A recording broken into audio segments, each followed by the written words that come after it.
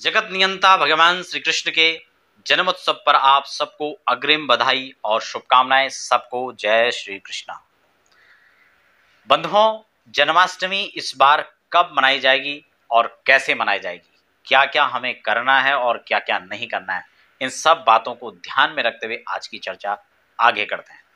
इससे पहले एक छोटा सा निवेदन आपसे रहेगा, यदि आप पहली बार हमारे चैनल को विजिट कर रहे हैं तो चैनल को सब्सक्राइब करने का बिल्कुल सटीक मोड़ दें, बेल आइकन को भी साथ में प्रेस कर लीजिए। देखिए, जन्माष्टमी हमेशा से 2 दिन मनाई जाती है।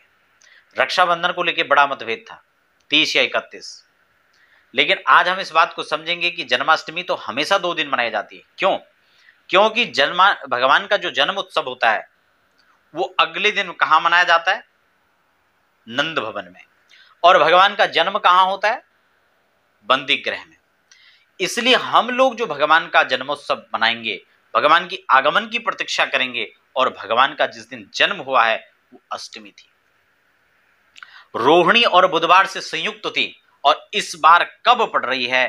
पंचांग में बड़ा स्पष्ट है कि आपका 6 तारीख को जब वृष राशि में चंद्रमा का संचरण होगा और बुधवार का दिन रहेगा, और अष्टमी आपकी 15:38 यानी शाम के 3:38 के उपरांत अष्टमी प्रारंभ हो जाएगी। तो यहां पर जो है कृतिका नक्षत्र 9:20 पर खत्म हो जाएगा और रोहिणी स्टार्ट हो जाएगा। बड़ा स्पष्ट है, भगवान का जन्म रात्रि के 12 बजे, बुधवार, रोहिणी नक्षत्र और अष्टमी तिथि को होता, जो सारा संयोग इस बार 6 तारीख को पड़ रहा है। सारी की सारी चीजें, पूरी पंचांग एक साथ मिलकर के आ गया है। तो अब आप खुद डिसीजन ले सकते हैं हमें कब मनाना है। 6 तारीख को भगवान के आगमन की प्रतीक्षा हमें करनी है, उस क्षणों का हमें इंतजार रहेगा। और ठीक रात्रि के 12 बजे जैसे ही भगवान श्री कृष्ण का जन्मोत्सव हम लोग मनाएंगे, उनके जन्म की हम खुशी को जाहिर करेंगे, तो सबसे पहले भगवान श्री कृष्ण का, बाल मुकुंद का, लड्डू गोपाल जी का हमें पुरुष सूक्त के द्वारा अभिषेक करना है। इसके साथ ही भगवान के पूजन के लिए जो सामग्रियां हैं वो सब आप व्यवस्थित करके पहले से रख सकते हैं। उसके लिए दूध है, दही है, घी है, शहद है, इन सामग्रियों हमें एकत्र करें, पंचामृत बना करके आप रखें। और फिर जो है शक्कर भी साथ में मिला करके एक पंचामृत बना ले, और अलग अलग भी इन सामग्रियों को रख सकते हैं। पंचामृत से आप स्नान करें, कच्चे दूध से भगवान का पुरुषोक्त के द्वारा अभिषेक करें, फिर शुद्ध जल से स्नान करा लें। हो सकता है संकल्प आप करें पूजन का, तो बहुत अच्छा है कि हम भगवान के प्रीत्यर्थ इस पूजन को कर रहे हैं। और उस संकल्प के लिए मैंने अलग से एक कार्यक्रम बनाया है, 2 मिनट की वीडियोज है। मैं प्रयास करूंगा कि आपको लिंक डिस्क्रिप्शन में दे दूं, नहीं तो आप प्लेलिस्ट में पूजा पाठ वाले फोल्डर में जाकर चेक कर सकते हैं। 2 मिनट का संकल्प है, उस संकल्प को आप पढ़ें और वहां पर स्पष्ट उच्चारण करें कि भगवान श्री कृष्ण के जन्मोत्सव पर भगवान की प्रीत्यर्थ हम आज का यह पूजन कर रहे हैं। संकल्प मैंने हिंदी में और संस्कृत में दोनों में बना रखा है, आप अपनी रुचि के अनुसार देख सकते हैं। और फिर पंचामृत से स्नान कराने के बाद शुद्ध गंगा जल से आपको स्नान कराना है, भगवान का वस्त्र से प्रोक्षण करना है, तिलक भगवान को लगाना है, गंधम समर्पयामि, कुछ नहीं बोल सकते हैं तो ये मंत्र छोटा सा है। अक्षतम समर्पयामि, चावल भगवान को अर्पित करने, नए वस्त्र भगवान को पहनाने, यज्ञोपवीत भगवान को धारण कराना, जनेऊ। और फिर गंधाक्षत पुष्प के द्वारा पूजन करने के बाद सुंदर माला, पगड़ी, वस्त्र आदि पहना करके भगवान को, इत्र आदि भगवान को समर्पित करें। हाथ धो करके सुंदर स्वच्छ पात्र में भगवान को ड्राई फ्रूट्स जो है आपके पास में, और उसके साथ में फल है, फूल है और कुछ मिठाइयां हैं, उसका भगवान को भोग लगाएं, यथाशक्ति जिसके पास जो भी है। और उसके बाद फिर आपको क्या करना है? तांबूल जरूर चढ़ाना है, ऐश्वर्य प्राप्ति के लिए, भगवान की प्रसन्नता के लिए भगवान को एक मीठा पान चढ़ाएं।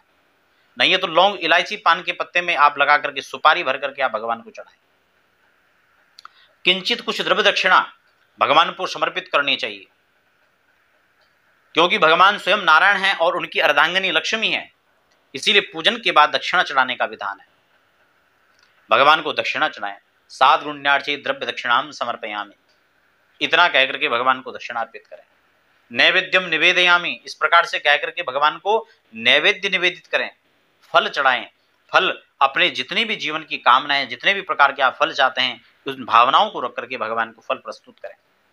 फल चढ़ाते वक्त आपको ध्यान रखना है कि फल जैसे लगते हैं उसी प्रकार से फल को चढ़ाया भी जाता है। फूल चढ़ाते वक्त आपको इस बात का ध्यान रखना है, फूल को उल्टा नहीं रखना है। फूल सुलटा खिलता है इसलिए उसको सुलटा रखें, फल उल्टे लगते हैं इसलिए उनको उल्टा चढ़ाएं।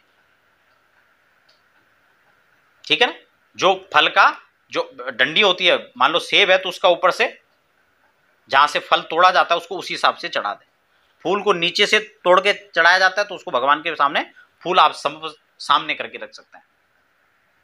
तांबूल पत्र आपने चढ़ा दिया, दक्षिणा आपने चढ़ा दी, और फिर उसके बाद क्या है, समस्त जो सामग्री हैं आप वो अपने इष्ट मित्रों के साथ बांटें, उत्सव मनाएं, भगवान का भजन कीर्तन करें, और रात्रि में ओम नमो भगवते वासुदेवाय इस महामंत्र का जप करें। बैठ करके एकांत में 1 माला, 2 माला, 3 माला, 11 माला, 21 माला, 108 माला, ये जितना आप कर सकते हैं उसको करें। और नहीं तो सामान्य रूप से संकीर्तन के रूप में आप सब मिल करके जो है भगवान का इस दिव्य महामंत्र का संकीर्तन करें। मिल करके जो सामग्रियां वो सबको प्रसाद के रूप में वितरण करें। तो इस तरह से जो है हमको जन्माष्टमी का पर्व मनाना चाहिए। स्मार्त और वैष्णव दो तरह से 2 दिन मनाई जाती है, यानी 6 को और फिर 7 को। तो 7 को कौन लोग मनाएंगे? जो वैष्णव लोग हैं, या फिर जो अगले दिन उत्सव मना रहे हैं। भगवान की जन्म जिस दिन हुआ, भगवान का जन्म, उस दिन को छोड़ करके जो अगले दिन नंद भवन में उपस्थित होंगे वो वहां उत्सव मनाएंगे 7 तारीख। लेकिन जो जन्म की प्रतीक्षा में, क्योंकि भक्त तो भगवान के जन्म के आगमन की प्रतीक्षा में है, इसलिए वो तो पहले दिन मनाएगा, उसी दिन भगवान का पूजन करेगा। और अगले दिन भी करें तो उसमें क्या दिक्कत है? अच्छे काम के लिए तो 2 दिन में भी कोई परहेज नहीं है। लेकिन आगमन जिस दिन भगवान का हो रहा है, प्राकट्य जिस दिन भगवान का हो रहा है, जिस दिन भगवान का प्राकट्य उत्सव मनाया जाएगा, वो हम पहले दिन भगवान का पूजन अभिषेक करें।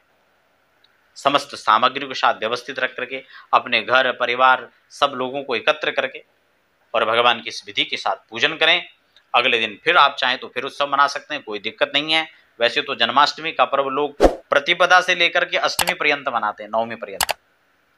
लेकिन आपको जैसा भी उचित लगे, पूजा की विधि मैंने आपको बता दिया।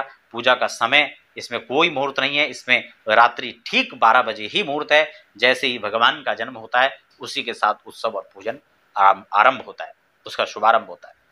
तो तमाम हमारे अध्यात्म ज्योतिष के जितने भी दर्शक हैं, आप सबको पुनः पुनः भगवान श्री कृष्ण के जन्मोत्सव की बहुत बहुत शुभकामनाएं, मंगल कामनाएं। भगवान आप सबके मनोरथ को पूर्ण करें, आपका जीवन मंगलमय हो, आपका जीवन सुखमय हो। और इसी भाव के साथ आप सबसे विदा लेते हैं।